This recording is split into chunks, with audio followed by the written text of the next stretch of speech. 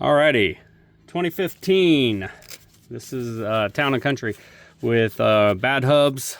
It is jacked up. Started taking the lug nuts off and decided to try and record this just in case anybody is looking to do this. These lug nuts are a size 19. The torque is 100 foot-pounds.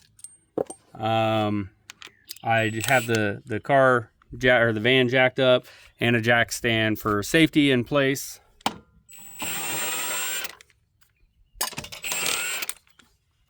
So that being said, let's get into this. I will try and call out the sizes, the torques and all that stuff, but I am new at this, so I will probably forget from time to time. Also, this is like backyard mechanic with a camera, so a lot of stuff will probably not be per the book and all that, but that's not really what my goal is. My goal is for the everyday person to be able to do these repairs by watching a video. So that being said, let's get started here. So I typically do not take the caliper separate from the bracket. I take all that as one unit. It's two less bolts you have to deal with. And since we're not changing brakes or anything, there's really not a whole reason to do that.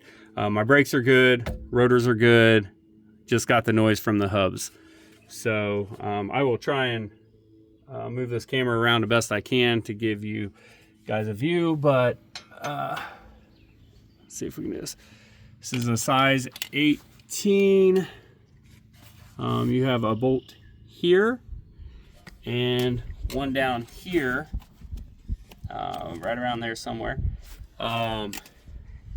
And again, you know, this is new to me, moving this camera around and showing you, but if you just follow this bracket around to the back side, you'll see those.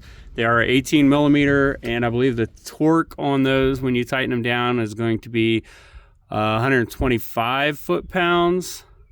And then when we get to the hub bolts, I think those are like 120 foot-pounds. So basically 100 to 125 is the wrench you're going to need. But yeah, let's get started with that. Okay. And I do use a air gun or a battery impact a lot.